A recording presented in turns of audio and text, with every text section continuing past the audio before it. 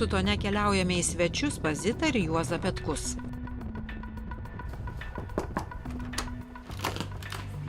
Svečiai atvažiavo. Hey, Tanya. How are you holding Good. Zitos Burneikytės Petkų šeima, kaip ir daugelis išeivių lietuvių, atsidūrė Vokietijos dipukų stovykloje, vėliau Jungtinėse valstijose. Labas, esu Zita Burneikytė Petkienė, gimusi Vokietijoje, augusi Čikagoje, daug metų gyvenanti Seattle. Čia iš Lietuvos mano teta atsiuntė mano mamai. Mano mamai vis labai patiko ir mes joje laikome žemės iš Lietuvos. Mano močiutė ir jų pirmgimis sūnus, kuris mirė turėdamas tik 1.5 metų. Teresė Juozelskienė, Utenos, Vyžuonų kaimo. Tai mano mama buvo mokytoja, čia jinai su savo mokinukais.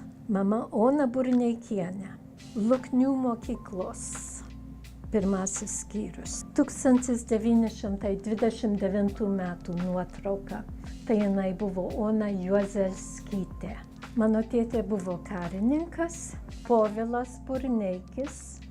Jis lankė karo mokyklą. Šį nuotrauką nuo 39 metų. Tai kai rusai antrą sykį jau artinosi prie Lietuvą, tėvai paliko Lietuvą ir traukiant į vakarus, tėtė buvo suimtas vokiečių ir priverstas kasti apkasus. O mano mama tada galvojo, kad jinai našlė. Ir pati viena su mano broliuku, kuriam buvo 2 metukai tuo laiku, jinai toliau traukėsi į vakarus. Ir čia jau į pabaigą karo. Vieną dieną visiems buvo pranešta, kad rytoj šitas visas rajonas pereina į rusų rankas. Jūs darykit, ką tik norit. Tai tėtė taip rašė savo prisiminimuose, kad visi, kas tik galėjo paeiti, kas tik galėjo šliaužti, pėsti ėjo 35 kilometrus, kol pasiekė Anglų zoną. Tai vieną dieną mamos ta draugė lageryje, jai beldėsi į duris ir sakė: "Ponia Burneikienė, kodėl jūs čia tokia nelaiminga, kai jūsų vyras ten laukia tavęs?" O jinai sako: "Oi, kaip jūs galite mėgdžioti mane, aš nelaiminga našlė." O ta moteris, kuri vėliau tapo mano krikšto mama, sakė: "Nu tikrai jau, Ona, tikrai tavo vyras ten laukia tavęs." Tai jie taip buvo vėl sujungti. Mano mama buvo labai graži. Jinai atsisakė ženytis 3 sykius, laukė, kad tėtė ją pakviestų. Čia man gal buvo 5 metai ir man labai atsibodo laukti, kol fotografas fotografuos. Tai aš taip sučiulpiau veidukus. Mama išsaugojo nemažai dokumentų iš Lietuvos ir iš lagerio, bet jinai visą savo gyvenimą labai didžiavosi šiuo dokumentu.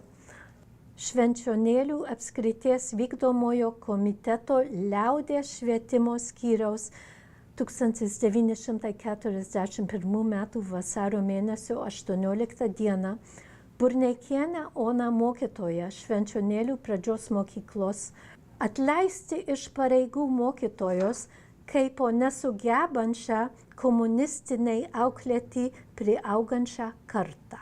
O dabar aš noriu parodyti, ką man įteikė iškeliaujant iš Rebdorfo į Ameriką. Aš turėjau 8 mėnesius. Man jis labai svarbus. Gerbiamai Burneikytei Zitai, 8 mėnesių. Aš buvau gerbiama. Miela Lietuvė, atmink, kad tavo tėvynė yra Lietuva. Atmink, kad ten gyvena ir kovoja likę tavo artimieji. Kad tremtis buvo tau tik sala tarp svetimų, kur tu praleidai savo ilgesio per baimės dienas ir laukia geresnių laikų. Pasirašo Lietuvių komitetas. Čia 49 metų gegužės mėnesio 10 dieną. O dabar apie laikraštį Tulpė Times ir pirmąją jo redaktorę Iną Bertulytę Brei, aktyvią Amerikos lietuvių bendruomenės Vašingtono valstijoje prezidentę. Kartą ji paprašė Zitos atspausdinti laišką, kreipimąsi į vietinius lietuvius. Taip viskas ir prasidėjo. Ir buvo labai taip maloniai priimtas, taip pasisekė, kad nuo to laiko nutarėm, kad reikia vėl pakartoti antrą sykį. Ir nuo to prasidėjo. Tada dabar įėjau į tokį ritmą, kad kas 3 mėnesius išeina Tulpė. Violeta ir aš, kai ruošėme tą pirmą leidinį, jos vyras praeinant mus sako, o ar nebūtų įdomu, jeigu laikraštėlis turėtų dvikalbį pavadinimą. Reikia, kad žodis Times būtų pavadinime. Tada jos vyras sako, o aš prisimenu tokį gerą restoraną Čikagoje, vadinosi Tulpė. Nutarėm, Tulpė Times. Ir nuo to laiko pasidarė Tulpė Times. Tulpė Times rašė apie lietuvišką meną, kalbą ir kultūrą, bet 1985-aisiais, kai baltiečiai pradėjo rengti demonstracijas už Baltijos kraštų laisvę, laikraštis neliko nuošaly. Išaugo ir laikraščio apimtis nuo 1 lapo iki 8. Redaguoti laikraštį Sietlo lietuviams visada buvo savanoriška veikla. Į kiekvieną leidinį aš vieną sykį suskaičiavau, praleisdavau gal 75 ar 100 valandų. Čia nemokamai. Tai mes visi augom su tokia nuožiūra, kad reikia padėti savo kaimynams, savo draugams, savo visuomeniai. Ar tai būtų lietuviai, ar tai būtų platesnė visuomenė. Dar viena savanorystė. Ponia Zita ne tik laikraščio redaktorė, bet ir tautinių šokių grupės Lietutis sumanytoja ir vadovė. Zita Petkus Lietučiui vadovavo beveik 40 metų. Tuo metu tautiniai šokiai išeivijoje buvo ne tik lietuvybės, bet ir protesto ženklas. Tokiu būdu reikalauta Lietuvai ir kitoms Baltijos šalims laisvės.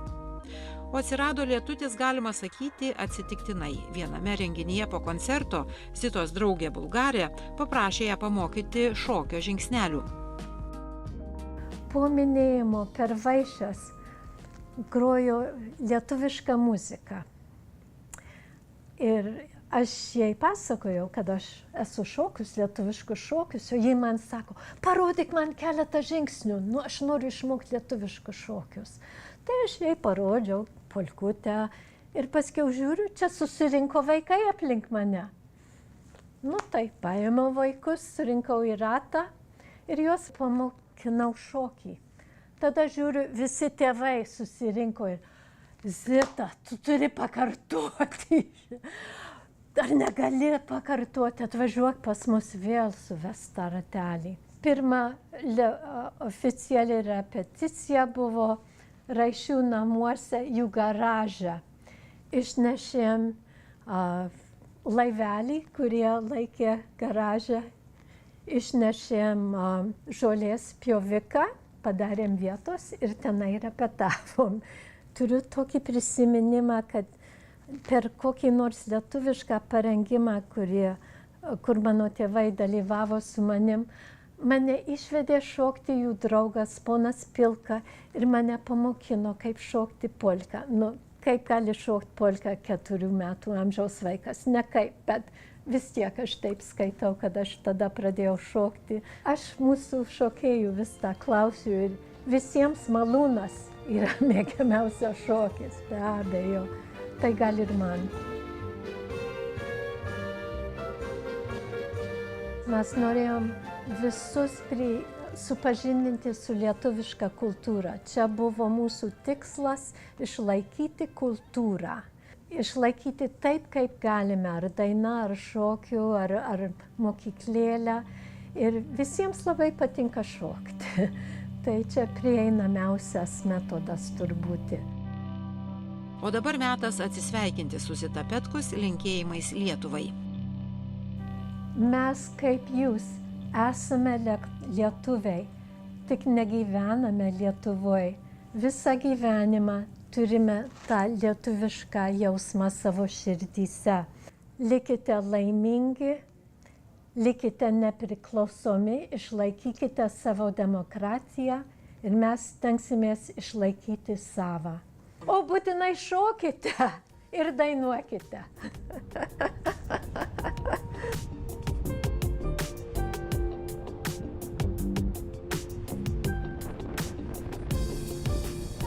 Šių dienų emigrantė, buvusi lietuvių bendruomenės pirmininkė Aušra Jonikienė, gyvena Sietle 15 metų.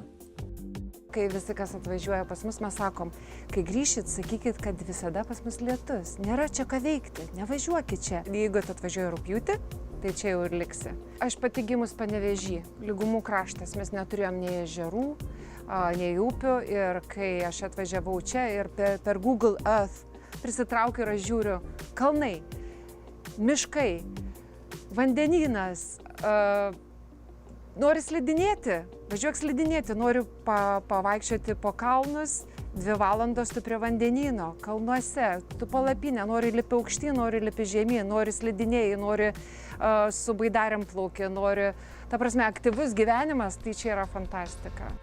Aušra 2 kart emigrantė, 1 kart meilės, Floridoje, iš čia grįžo į Lietuvą. Antroji emigracija darbinė Sietle. Ir aš atsimenu, 1 dieną stoviu, 2 lagaminai, 2 vaikai ir vėl viskas iš naujo. Ir niekiek nesigaili dėl to, kad fantastinis kraštas. Šiandien Sietle gyvena 150 veiklių lietuvybę puoselėjančių šeimų. Bendruomenė kartu keliauja ir į kalnus, kartu ruošiasi šį kartą Velykoms. Ir dabar, pavyzdžiui, tie vaikai, kurie gimė, augo, jie perima tas funkcijas visas, stovyklą patys vadovauja, patys kūrė ir tos taip ta karta iš kartos. Gražu, pavydu, labai man pavydu net pačiai būti šitoj bendruomeniai. O pirmininkė buvau paskutinius metus, tai didžiausia garbė, kurią galėjau atiduoti bendruomeniai šiek tiek atgal, kai vaikai užaugo, išėjo, šiek tiek daugiau laiko turiu, tai pagalvojau, tai vienintelis, ką galėjau padaryti bendruomeniai, pasakyti didelį ačiū. Tariame Sietlui sudie. Kitoje laidoje susitiksime Havajuose.